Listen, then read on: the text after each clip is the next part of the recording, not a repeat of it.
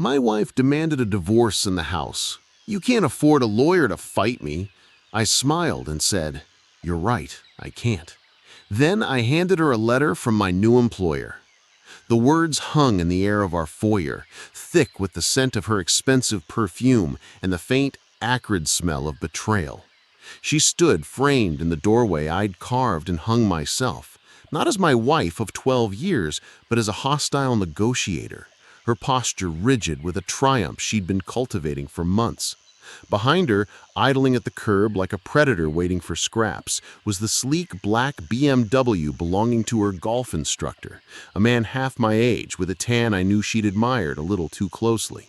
This was her victory lap, a meticulously planned ambush on the life we'd built, or rather, the life I had built while she'd been busy planning its demolition. She held out a thick sheaf of papers, the divorce agreement, her perfectly manicured finger tapping impatiently on the clause that would have signed away my future. "Just sign the papers, Mark," she said, her voice a cold, sharp instrument she'd honed in secret. "Be reasonable. You get the truck, a few tools, and monthly visits with the kids, supervised, of course. I get full custody, the house, the alimony. It's clean. A clean severance of my head from my body." She'd thought of everything. Over the past year, she'd systematically drained our joint savings, transferring funds to an account in her mother's name she thought I knew nothing about. She'd hidden the $200,000 inheritance from her late grandmother, money she'd received 6 months ago and immediately used as the down payment on a secret lakeside condo, a fact I'd discovered only because a buddy at the county clerk's office had seen the filing. She'd even let the debts from her failed boutique, debts I'd co-signed for, debts that were strangling me, remain squarely on my shoulders. She was leaving me bankrupt, homeless, and on the brink of losing my children, all while her boyfriend waited outside to celebrate. Her final crushing assessment was delivered with a smirk that didn't reach her cold eyes. "Face it, you're broke. You're a washed-up contractor with a pickup truck full of tools and a mountain of debt. You can't afford a lawyer to fight me, and even if you could, no one will believe your word over mine. I'm a pillar of the PTA. You're just you." She expected me to break, to beg, to crumble into the defeated, financially ruined man she'd believed she'd created. Instead, a profound, unshakable calm settled over me. The storm of anxiety I'd been living with for months simply vanished, replaced by a crystal-clear certainty. I nodded slowly, a small, almost imperceptible smile touching my lips. "You're absolutely right, Sarah," I agreed, my voice soft, steady, and utterly devoid of the fear she'd anticipated. Her smirk widened, a flash of victorious glee. She thought I was surrendering. She was wrong. I was commencing. I turned from her, not in defeat, but with purpose, and walked toward the heavy, oak workbench that dominated our garage, the heart of my domain. It was littered with the artifacts of my trade, saws, levels, planes, the tangible evidence of a life spent building and fixing. She thought this was a place of lowly labor. She was about to learn it was a place of strategy. I didn't reach for a tool. I reached into a small, locked metal box bolted to the underside of the bench, a box she'd never noticed. From it, I withdrew a single, crisp, linen stock envelope. It was weighty, important, embossed with an elegant dark blue logo. I walked back to the doorway and handed it to her without a word. Her triumphant expression faltered, replaced by a flicker of confusion. Her eyes dropped to the envelope, to the prestigious letterhead she immediately recognized: Covington & Shaw, LLC, Attorneys at Law, the most powerful, most feared litigation firm in the entire state. Her face lost all its color, the smirk dissolving into a mask of stunned disbelief. The letter was real. The job was real. It was her first reality check. "See?"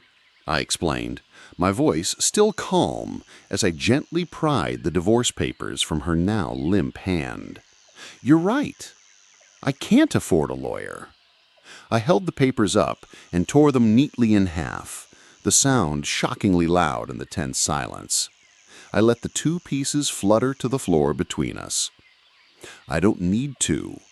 I work with the lawyers who are going to bury you." The color drained completely from her face, leaving her ashen. But the performance was only beginning. From the same pocket, I produced a second document, this one from a title company.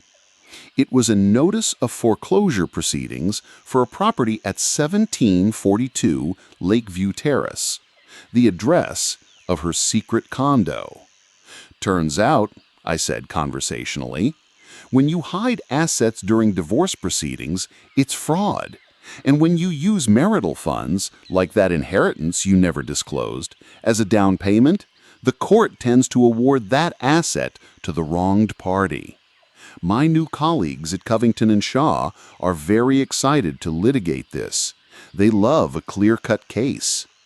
Her hand flew to her mouth, a choked gasp escaping. She hadn't just been outmaneuvered, she'd been outplayed on a board she didn't even know existed. The final poetic twist arrived not from me, but through the Bluetooth speaker on the hall table. Her phone, synced to it, announced an incoming text message loud and clear for us both to hear.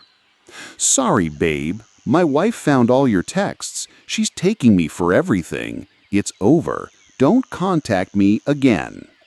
The voice was unmistakably her Gulf Pro boyfriend's. The timing, impeccable.